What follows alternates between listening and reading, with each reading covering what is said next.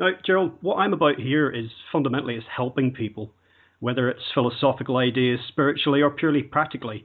It's information, ideas that people can use to improve their well-being. Now, we live in very challenging times at the moment, particularly since the crash of '08. To survive, never mind thrive, is a major challenge. And one of the main problems people have is the information they're working with and the information they're basing their decisions on. And this is where you come in with the Trends Institute, counteracting disinformation, whether it's coming from mainstream media, corporations, government, allowing people to get a clearer picture of current events and crucially anticipate where things are going. So just to get us started, tell listeners a bit about your background and then about Trends Institute and the Trends Journal that you publish. Well, the background, of course, I'm a guy that born in the Bronx, grew up there and in Yonkers, New York. I still have, maybe you can't tell by the accent, but that's where it was from. So, I have something that a lot of these other people don't have, and that is that feeling of the street. And you're Eton guys and you're Harvard and Princeton, Yale, and Oxford boys. They have the... they were born on third base and thought they hit a triple kind of thing, so they really don't have a sense of the real world, and they've been very sheltered from it. And then I went to, after graduate school, I was running political campaigns in Westchester County in New York, which was the richest county in the states at the time, and worked as the assistant to the Secretary of the New York State Senate. And I was a chief government affairs specialist for the chemical industry in Washington, D.C. for many years. And I also taught American politics and campaign technology at St. John's University. So I got around Washington and around the state houses and saw what it looked like from the inside. As a matter of fact, one of the contributors to our magazine, the TrendsJournal, is Dr. Paul Craig Roberts, who was the former Assistant Treasury Secretary under Ronald Reagan. So I have a kind of a look at both sides, so to speak. And the method that I forecast trends, I call it current events form future trends. And actually, the great scholar von Schiller said, "In today already walks tomorrow." So you can pretty much see what the future is going to bring. Of course, there are the wild cards. You never could predict it. By looking at the current events. And I'm a political atheist, having been in the system and seen it from the inside and, of course, now observing it from the outside. To me, it's a disgusting operation, and I don't care what country you're in. It's the Bloods of the Crips or the Republicans or the Democrats. There's no difference, and I don't say that facetiously. I say it with all sincere intent. They're murderers and they're thieves. They'll kill anybody for any reason, and they've started wars, or fake ones, kill millions, and they'll steal every dollar that you have. Over there in your part of the world, they call it austerity measures. Robbing money from everyday working people to give it to the banks and the financiers that made bad bets. So I look at the events for what they are, not the way I want them to be. And that's the difference, I believe, that what we do compared to anybody else. And I'll give you a good example. What's going on right now in Ukraine. You pick up the New York Times, for example. They call themselves the paper of record. I like to call them the toilet paper of record because that's what you can do with it. And you can pick up any issue from the last week and a half, 2 weeks, every time that they refer to the people that are against Kiev, and in the Russian part, they're called pro-Russian militants. Pro-Russian militants. They'll repeat pro-Russian militants in a story 8 times for maybe a story that has 1,600 words. But when they refer to the Ukrainians that are with the European side, they're Ukrainian nationalists. And that's why people keep getting confused. And the same thing with the BBC and the Guardian and the rest of the press out there. For the people that they like, they're the good guys. They're nationalists. For the ones they don't like, they're militants, man, or else they're terrorists. And that's a step below militant. Except when you kill them with drone strikes, then they're militants. So that's really the way I do it. And again, I look at the information for what it is, and we look at over 300 different trend categories, always making connections between different fields. All things are connected, like the blood which unites us all, said Chief Seattle. So it's always making connections between different fields and looking at facts for what they are. Facts, again, the best facts that you could obtain. And with the Internet, that's something new. I mean, I used to have to scour and spend time in libraries that now, the Internet is the Alexandrian library. So I'll watch what's going on in Iran. I'll tune into Fars. I'll look at Al Jazeera. I read Haaretz, the Israeli newspapers, and Jerusalem Post. As I said, the BBC to the Guardian. I travel the world, and you could do it within, hours. Well, there's a number of areas that you operate in which I think there's a lot of misconceptions about coming from the mainstream, that people operate in their lives with a lot of misconceptions. And it's in these areas I find your information most valuable. I'll give you a couple of examples. I don't know how many we can get through in the time we have, but the party political lens, you mentioned being a political atheist. A lot of people's attitudes, views, even the actions they take in their lives are coloured by the political party that they vote for. And they may vote for this party because their father or grandfather did. It makes no sense whatsoever. But this, whether it's red or blue, whatever it happens to be, it colours their perception. Then there's ideas about money. This is really important, about saving, investing, polluted by all the mainstream ideas about economics, which are just detached from reality completely. People lose money in the banks now, but they seem content to due to inflation. But of course, that brings us around to the idea of statistics. People are operating with government statistics. Then there's the idea about jobs, work, education, different perceptions on this, and traditional ways of doing these things are going away. I don't think they're coming back.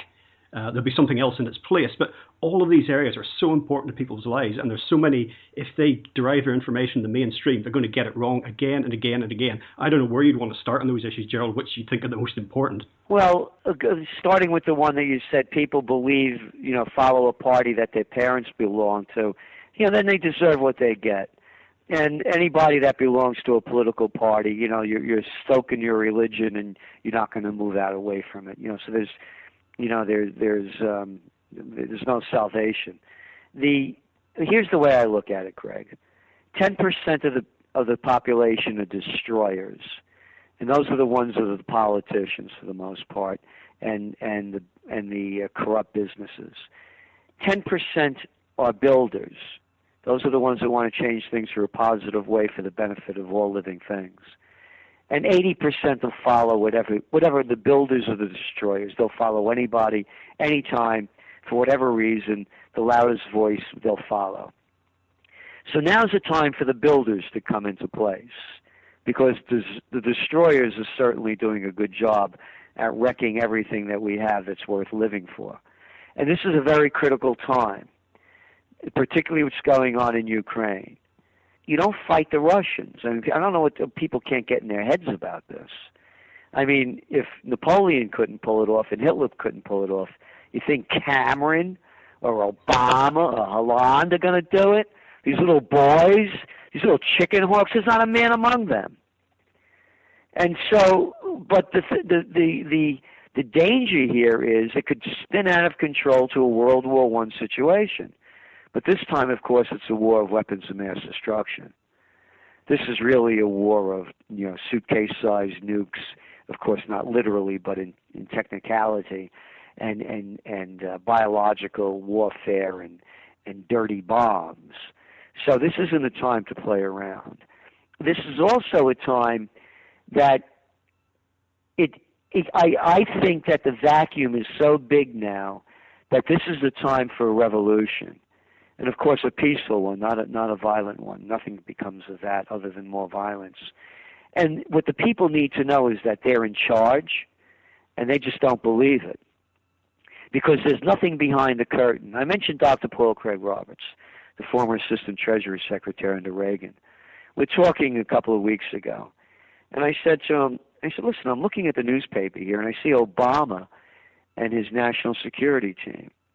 I see these people are a bunch of jerks. Look at these morons he got around them. I said, there has to be somebody behind the scenes making decisions. Now, this is a guy, by the way, Paul Craig Roberts, who could bring in the head of the CIA and question him under oath. And he said to me, no, Gerald. He said, what you see is what it is. People want to believe there's something more there because they can't believe how bad it is what they're looking at. Look at this little piece of junk you call your prime minister. Look at Hollande. Look at Obama. Look at Bush. Look at Clinton. Look at these people. And people bow down, suck up, and salute them? Commander-in-Chief, take it easy, Jack. You couldn't lead me across the street. And when the people start realizing that and start taking control of their own lives, Greg, that's when it's going to change. It's the 100th monkey syndrome. You know the story about how on this island one monkey was trained to do something and they all started doing it? And then when all the monkeys started doing it, an island that, you know, was far removed from it, the monkeys there started doing the same thing. So it's up to the people. It's up to the individual. And right now, you know, they say the fish rots from the head down. And you could pick the country. Corruption's rife everywhere. So when the people stop mimicking their leaders and start living to their higher selves, to me, that's the only way it's going to change. The individual has to find the truth within themselves. When that starts happening, everything changes. The rest is all BS. Now, anybody who's been paying attention to the Trends Journal over the years will know that you've got a very impressive record for tracking trends, predicting future events. What do you see as maybe a couple of the, just in the time we have left, a couple of the headline trends that you might expect 2014 that would impact Joe Schmo? Well, it's the economy and war. I mean, those are the two big ones. I mean, you have protests going on all over the world. And matter of fact, we're coming out with the new Trends Journal in a couple of days, and that's what really it's all about. But I want to some of the opportunities, anything having to do with food and health, clean food, alternative healing, it's just going to keep growing and growing. I mean, you take a look at China. You know, 1.2 billion people. They don't have enough farmland to feed the people. And over a fifth of it is polluted terribly. And this is where the future is. And also breaking up the bigs. There's going to become a time, it happens all the time, by the way, that the oligarchs or the monopolies take over, and then they break them up. That's the opportunity for the future, for small businesses. So health, fitness, nutrition, whole health healing, anything having to do with clean foods, that's the future. The downside risks are big. And the downside risk, there is no recovery, economic recovery. It's a stagnant recovery. The money's only gone to the top because of all the stimulus and low interest rates have allowed the gamblers to borrow big and play big. It's not trickling down. So we know there's going to be another economic shock, as you well pointed out, through the erosion of the whether it's the pound or the dollar. Your money's not worth anything. They don't call it inflation, of course. They call it something else. They call it deflation, actually, while it's costing everybody more to live. And that's why also I don't give financial advice. I keep buying gold. I'm a believer in gold. And because I know that the paper money's not worth the digital money it's not printed on. And there's someday, look what's going on in Japan. Japan has put stimulus 3 times the amount of the GDP relative, 3 times the amount of the GDP relative to the United States GDP in Abenomics. Who has it helped? It only helped the financiers and boosted their markets. So, and they're doing it worldwide. So these low interest rates are robbing the people. They're allowing the speculators to keep gambling big. And there's going to be a day of reckoning when the Ponzi scheme collapses. There always is. And when that happens, if you lived in Ukraine right now, what would you rather have, the Ukrainian currency or silver or gold? Gerald, for listeners who want to find out more about the Trends Journal or subscribe, tell them what they need to do. Oh, simple. TrendsJournal.com, TrendsJournal.com. And Greg, we know that people are having a difficult time everywhere.